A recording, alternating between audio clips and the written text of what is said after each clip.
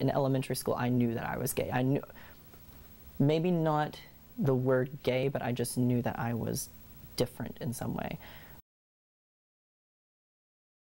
Because I didn't look at girls the way that, you know, I knew that I heard my brother or, you know, other peers, male peers talking about girls. You know, I didn't have those feelings.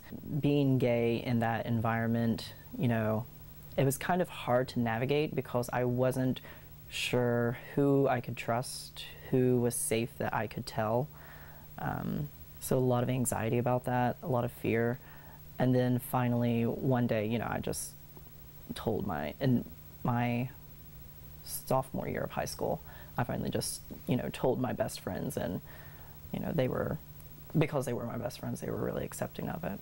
So afterwards, I felt a lot better. I felt more comfortable. I felt I can finally be myself, and it also felt good to know that other people knew and they were okay with it.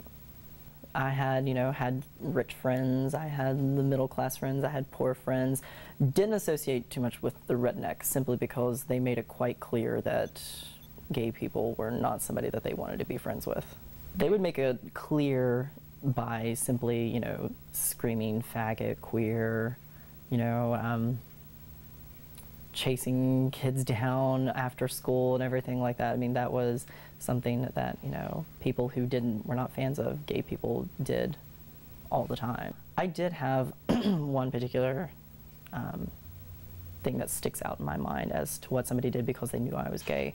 I was in my math class, and as I was sitting there doing math, there was two boys on either side of me, neither of which I really knew, but they knew that I was gay because one of my friends sat in front of me, and she and I would talk, and obviously them sitting next to me, they overheard my conversations, and so they deduced from that I was gay. I was trying to pay attention to the teacher.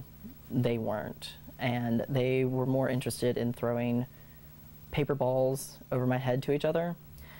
And then finally, after a couple of them fell on my paperwork, and I, you know, had to dust them off, and, you know, trying my best to pay attention. I finally looked at him. I was like, you know, could you stop? I was like, I'm trying to pay attention. You know, this is really annoying. And for some reason, that seemed to, you know, shove them into overdrive. And that's whenever, you know, shut up, faggot. They kept saying it, and throughout the class and everything. And then I looked at them and I said, if you don't quit, I was like, you know, I can just as easily after this class go down to the principal's office and tell them that, you know, you were keeping me from doing my work and you were calling me a faggot and queer and everything like that. And they said, okay, you know, queer, you do that and you're going to get it. And then the other guy next to me, he said, no, he's going to get it anyways. So after that, the next day, I was on my way to my Latin class, and the boys had apparently told all of their friends, and so they were waiting in the hallway outside of the class, and one of them that said that I was going to get it, as I was trying to get to my class, shoved me against the locker and was like, now's your time, queer, you're going to get it. And luckily, a friend of mine who was also in my Latin class stepped between us, and he was like, guys, we're not doing this. He's like, you're not going to do this.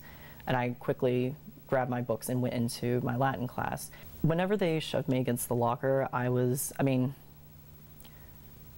scared. And I also couldn't understand as to me just asking them to stop, you know, throwing the papers to begin with, you know, how that would have brought me to that moment of them wanting to, you know, beat the crap out of me. Scared was probably the biggest thing running through my head, that I was going to be hurt really bad. I had 4 different principals for each freshman through senior year that I was there. At that time, that particular principal was extremely supportive of the LGBT community, and so she had absolutely no tolerance for that kind of behavior.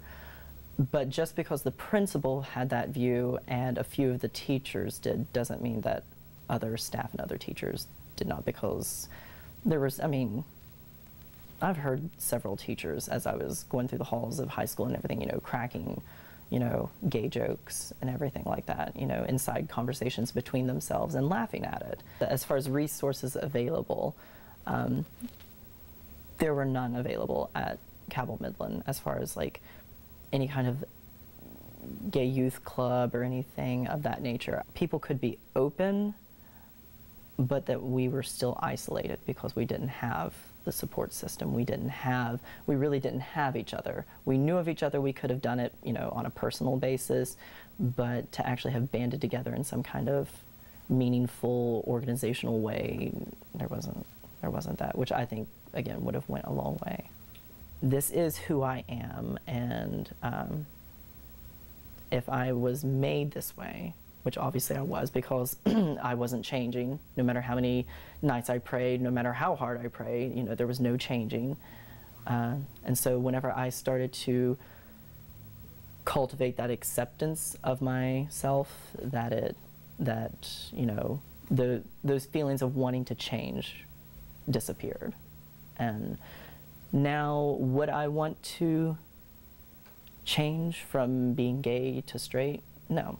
Because I am who I am, I was born this way, and I love myself. My name's Chad Adkins, and I went to Cabell Midland High School. I graduated in 2006.